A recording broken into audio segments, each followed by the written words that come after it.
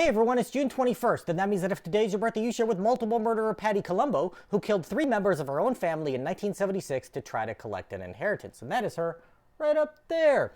Born in 1956, Columbo grew up in the suburbs of Chicago, with her father prone to fly into a rage when the Cubs would commit an error, and was molested by her godfather at a young age. As a teen, she shoplifted trinkets from suburban shopping centers to get the attention of her parents when her younger brother was being doted on.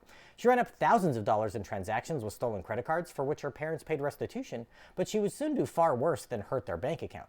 At the age of 16, Columbo began a relationship with a married man more than twice her age, who already had 5 children of his own. Of course, her parents didn't approve, and at one point her father went to the boyfriend's workplace and hit him in the jaw with the butt of a rifle.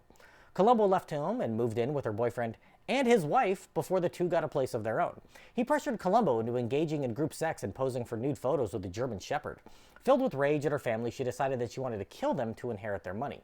She met 2 men in a motel bar that she tried to hire to take her family out, even drawing a map of the layout of the house for them.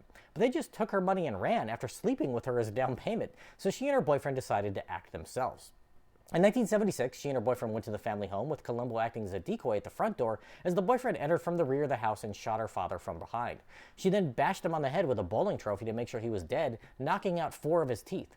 Meanwhile, her mother cowered in fear in the bathroom until the pair burst in, shooting her in the head, then slitting her throat for good measure.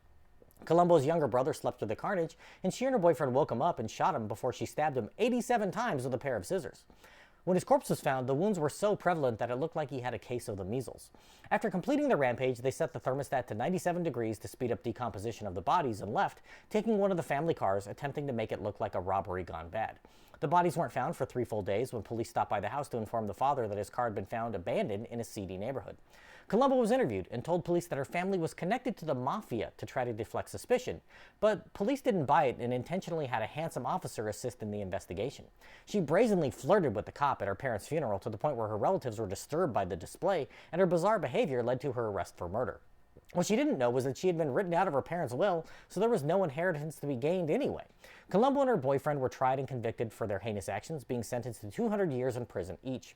While in prison, Columbo was busted for running a prostitution ring in 1979, pimping her fellow inmates out to guards.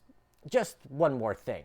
She has since earned a bachelor's degree and cleaned up her act, tutoring illiterate inmates, though she has been denied parole at every opportunity. If this is your birthday, I hope you have a great day. Leave me a comment so I can wish you a happy birthday. If you know someone whose birthday it is today, send them this video so they can find out all about their birthday twin. And to Patty Columbo, I say, happy birthday, you bastard.